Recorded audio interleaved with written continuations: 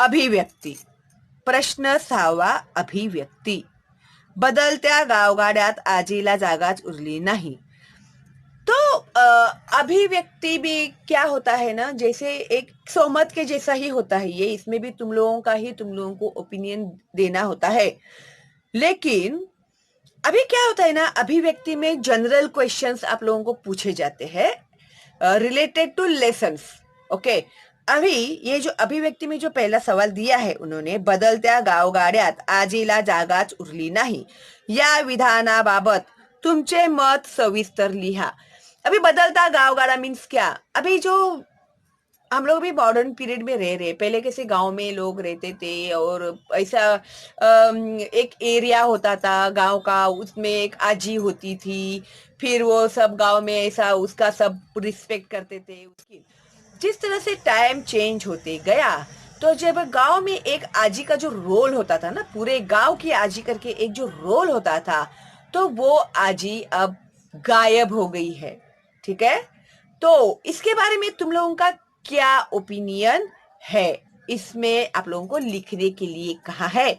तो मैंने आप लोगों के लिए लिखा है. अगर आपका कोई दूसरा भी ओपिनियन होगा ना, तो आप लोग लिख सकते हैं. ओके, तो देखो प्रश्न 6वा अभिव्यक्ती. पूर्वीच्या काळात एकत्र कुटुंब पद्धती होती, त्यामुळे घराघरात आजी संस्कृती असायची. पहले क्या था, जॉइंट फैमिली सिस्टम होता था.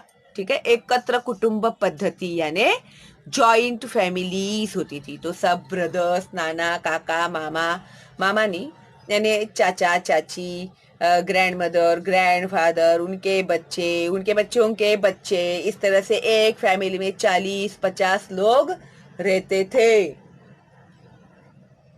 तो इस तरह से ये जो जॉइंट फॅमिली सिस्टम था, त्यामुळे घराघरात आजी संस्कृती असायची. तो घरों में जो हेड ऑफ द फैमिली होती थी वो कौन होती थी? ग्रैंड मदर होती थी. तो आजी संस्कृती असायची. घरातील सर्व निर्णय आजीच्याच हातात असत. तो घर के हर डिसीजन कौन लेता था? ग्रैंड मदर ही लेती थी. घरातील लहान मुलांना गोष्टी सांगणे, तो बच्चों को कहानियां सुनाना, त्यांच्यावर चांगले संस्कार करणे, उनको अच्छा कल्चर करना आजीच करत असे. घराघरातून आणि गावात सुद्धा आजीला फार मान दिला जात असे. घर में तो रहता ही था रिस्पेक्ट, प्लस गांव में भी उनको बहुत ही रिस्पेक्ट दिया जाता था. घरात आणि गावात आजीचा वचक असे. वचक यानी ऐसे बोलते ना, ऐसे एक तरह का दरारा, एक रिस्पेक्ट. उनके वर्ड के आगे कोई कुछ बोलेगा ही नहीं, ऐसा. बदलत्या काळाबरोबर गावगाडा सुद्धा बदलत गेला.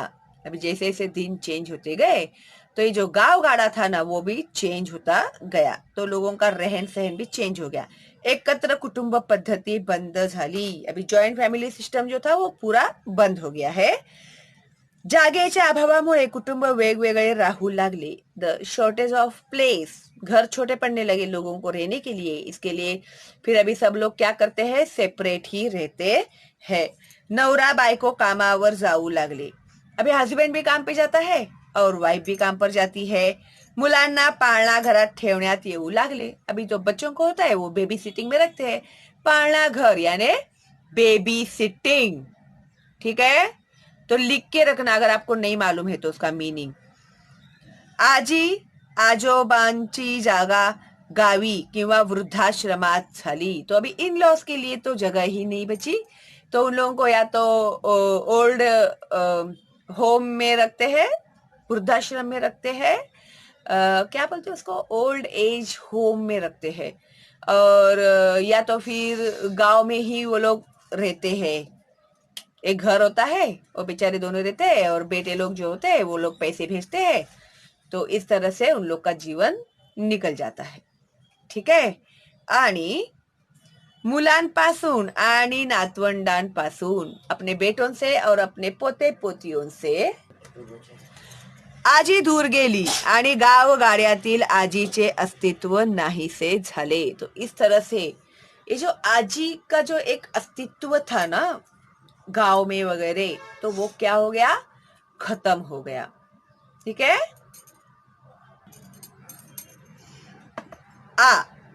तुम्हाला समजलेल्या सखू आजीचे व्यक्ती चित्र रेखाटा। तो ये जो लेसन में की जो सखू आजी है, तो वो किस टाइप की पर्सनालिटी है, तुम लोगों को क्या उसमें समझ में आया, उसका जो नेचर देखा तुम लोगों ने, उसके बारे में जानकारी हासिल की, उसने गांव में क्या क्या किया। तो ये सब सुनने के बाद आप लोगों को एक वो पर्सनालिटी इमेजिन करके उसके बारे में आप लोगों को लिखना है, ठीक है। ओवरऑल ओवरऑल लिखना है, ओके। तो किस तरह से आप लोग लिखोगे, तो इसका आंसर मैंने ऐसे लिखा हुआ है। बहुत ही सिंपल लैंग्वेज भी यूज किया है मैंने, ताकि आप लोगों को डिफिकल्ट न जाए इसके लिए, ठीक है।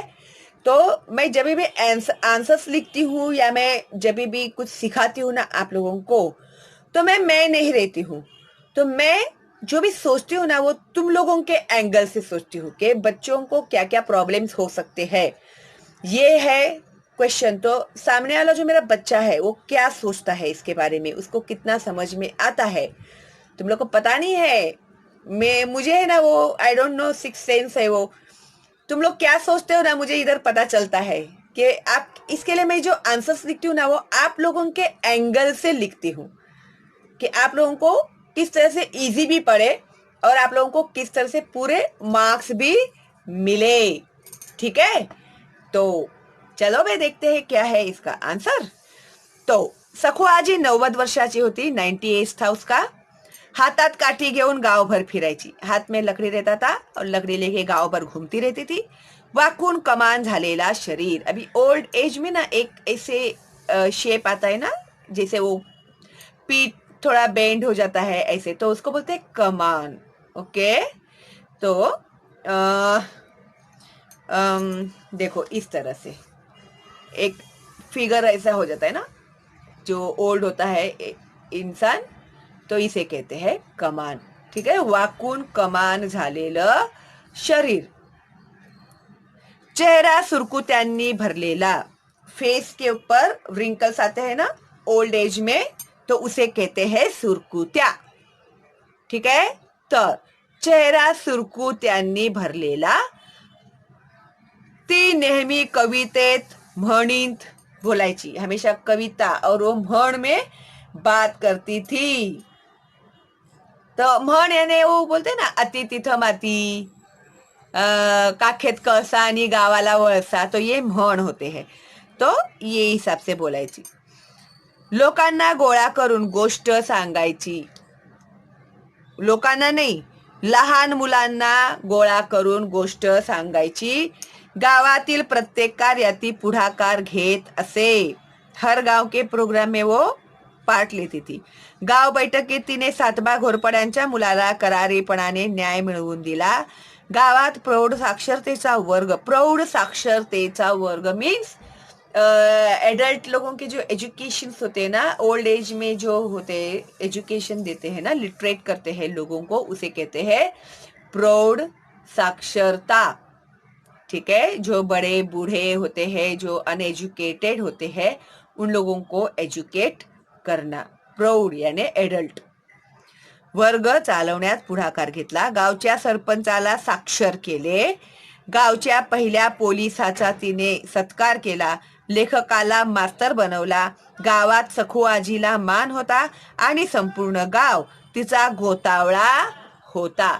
ती मरण पावली तेव्हा लहानांपासून थोरांपर्यंत सर्वच माणसांचे डोळे पाणावले।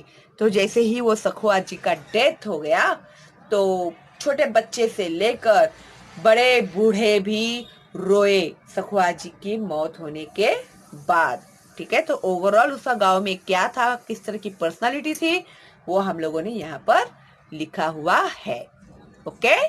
तो अभी देखते हैं अगला सवाल। तो ई, सखू आजी व तुमची आजी यांच्या स्वभावातील साम्य स्थळ शोधा। अभी जिस तरह से सखू आजी है, उस तरह से हर किसी को एक ग्रैंड मदर होती ही है ना।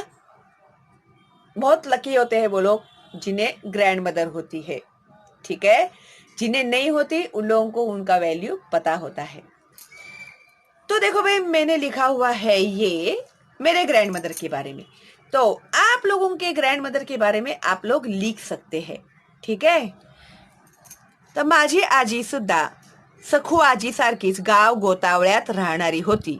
आमच्या गावात मुलींसाठी आणि बायकांना स्वावलंबी बनवण्यासाठी माझी आजी चंद्राबाई इरकल हिने कर्नाटकात शिवण क्लास उघडला. अभी जो मेरी ग्रैंड मदर थी ना, वो बहुत ही ऐसे उस जमाने की मैं बात कर रही हूँ आप लोगों को, 19 के पीरियड की मैं बात करी, उसके पहले की भी, ठीक है, उसके पहले ही शायद मेरी ग्रैंड मदर पैदा हुई होगी। तो उसका एम होता था हमेशा के लड़कियों को आगे बढ़ाना। तो उसने क्या किया था, गांव में शिवन क्लास शुरू किया। तो जो घर में औरतें बैठती है तो उन लोगों को इंडिपेंडेंट होना चाहिए, घर में बैठे बैठे कुछ ना कुछ करना चाहिए। इसके लिए ना शिवन क्लास, सिलाई का जो होता है ना, टेलरिंग क्लास शुरू किया था मेरी ग्रैंड मदर ने उस जमाने में। हाँ, कर्नाटकात शिवण क्लास उघडला. पुरुष टेलरकडे कुणी बाई शिकायला येत नव्हती. अभी सिखाने के लिए जेंट्स था, तो औरतें आ जाने को तैयार नहीं। अभी उस जमाने में की औरतें कैसी होती थी ना, कि वो कोई जेंट्स होगा वहां पर वो लोग जाएंगे भी नहीं। उस जमाने में कैसा होता था मालूम है, अगर मूवी भी देखने के लिए जाते थे ना थिएटर में, तो एक जगह पे औरतें बैठती थी और एक जगह पे सारे जेंट्स बैठते थे। अभी 2 रो होते हैं ना, 2 रोज, तो 2 रो में, एक रो में सिर्फ औरतें बैठेंगी और एक रो में सिर्फ आदमी लोग बैठेंगे, ठीक है। ऐसे अभी हम लोग कैसे बैठ जाते हैं ना पूरा फैमिली, वैसे तभी वहां पर बैठने को नहीं दे देते। और ऐसा अगर होता तो औरतें जाती भी नहीं थी मूवीज देखने के लिए। जब ऐसे हुआ ना कि औरतों को अलग रखने लगे और जेंट्स लोगों को अलग बिठाने लगे, तभी औरतें भी मूवी देखने के लिए जाती थी। तो उस जमाने में ना बहुत ऐसा चलता था कि आदमी लोगों से सब दूर रहते थे, तो सिखाने के लिए टेलर था, तो कोई जाने को ही तैयार नहीं लेडी, कि नहीं नहीं बाबा। और घर में के भी तो ऑब्जेक्शन लेते हैं ना, हाँ वो आदमी सिखाएगा, वो जाएंगे, वो ऐसे कैसे सीखेंगे, ऐसा होता था तभी। तभी मेरी ग्रैंड मदर ने क्या किया मालूम है, बताती हूँ मैं तुम लोगों को। अभी एक टॉपिक आया करके बता रही हूँ, अदरवाइज ऐसा कोई जरूरी नहीं था। पुरुष टेलरकडे कुणी बाई शिकायला येत नव्हती, म्हणून तिने माझ्या आईला शिलाई शिकवली. तो अभी मम्मी ने मेरी जो ग्रैंड मदर थी उसने क्या किया, मेरी मम्मी को सिलाई का सिखाया, ठीक है, शिवन का। मेरी मम्मी का एज कितना था, तभी 14 साल की थी मेरी मम्मी। हाँ, और उस जमाने में 14 साल बोले तो बहुत ज्यादा होते थे, शादियां हो जाती थी औरतों की 14-15 साल में। 14 साल भी बोलते थे कि अरे बाप रे, अभी तक शादी नहीं हुई इसकी, ऐसा था तभी। तो जो मेरी मम्मी एज 14 की थी, तभी उनको उन्होंने सिलाई का काम सिखाया। और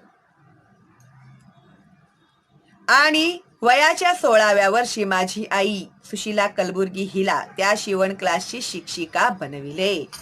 और फिर मेरी मम्मी जाती थी उधर सिलाई क्लास में और सिखाती थी वहां पर औरतों को।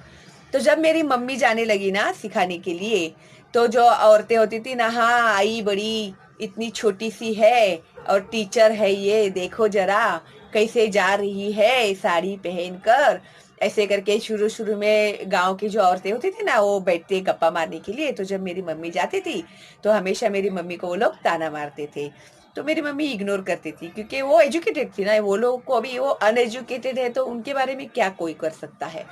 फिर धीरे धीरे थोड़ा थोड़ा माइंड चेंज होने लगा। फिर वो जो औरतें होती थी ना जो बोलती थी मम्मी को, फिर उनके बेटियों को भी उन्होंने भेजा, फिर वो लोग खुद भी आए सीखने के लिए। तभी फिर उस जमाने में ना 40 औरतों को मेरी मम्मी सिखाती थी सिलाई का काम। कितनी एज में, 16 एज में, ठीक है। और घर में का पूरा काम भी करती थी मेरी मम्मी। तो इस तरह से वो टीचर बनी फिर, हाँ, उस जमाने में। फिर गावातील बायकांना शिलाईचे काम शिकवण्यात आले. माझी आजी त्या काळात महिला मंडळची अध्यक्षा होती. तो गांव में जो महिला मंडल था ना, उसमें की वो प्रेसिडेंट थी मेरी ग्रैंड मदर। आणि माझी आई पहली शिक्षिका होती और मेरी मम्मी जो थी वो फर्स्ट लेडी टीचर थी हमारे गांव में की। आजही माझ्या आजीचं नाव आमच्या गावी फार आदराने घेतले जाते। तो आज भी उनको बहुत ही रिस्पेक्ट में, और फिर हमारे बुक्स में भी वगैरह भी सब उनके फोटोज है। मेरी मम्मी का फोटो है ऐसे कि फर्स्ट टीचर है करके ऐसा। तो इस तरह से था एक ऐसा एक शॉर्ट मैंने लिखा है। तो आप लोग आपकी ग्रैंड मदर के बारे में लिखिए अगर ऐसा कुछ है तो, ठीक है? ओके, तो इस तरह से अपना ये जो क्वेश्चन एंड आंसर्स का जो सिलसिला है वो हो गया है पूरा। ओके, और अभी ये जो मैंने इतना एक्सप्लेन किया हुआ है आप लोगों को, अगर आप 2-3 बार देखेंगे वीडियो, जो जरा कान के ऊपर से जाएंगे ना वर्ड्स, तो आप लोगों को और इजी जाएगा, ठीक है? और अभी ये हम लोग सिर्फ 9 की नहीं, हम लोग एसएससी की तैयारी कर रहे हैं। ओके, तो मैं जो जो भी इंस्ट्रक्शंस देती हूँ ना बच्चों, प्लीज उसे फॉलो करना आप लोग, ठीक है? तो आपका 101% बहुत यानी बहुत अच्छा रिजल्ट आएगा। वैसे भी अभी मेरे स्टूडेंट्स तो पूरे आउट ऑफ मार्क्स ले रहे हैं और मेरे लिए बहुत प्राउड की बात है। और एक बहुत ही अच्छा गुड न्यूज देने वाली हूँ मैं आप लोगों को जल्दी ही। तो मेरे अगले वीडियो के लिए आप लोग तैयार रहना, ठीक है? तो चलो फिर मिलते हैं अगली वीडियो में। तब तक के लिए stay home, stay safe, all the best and bye bye. 1 lakh subscribers in YouTube, and this award is mine and my all students.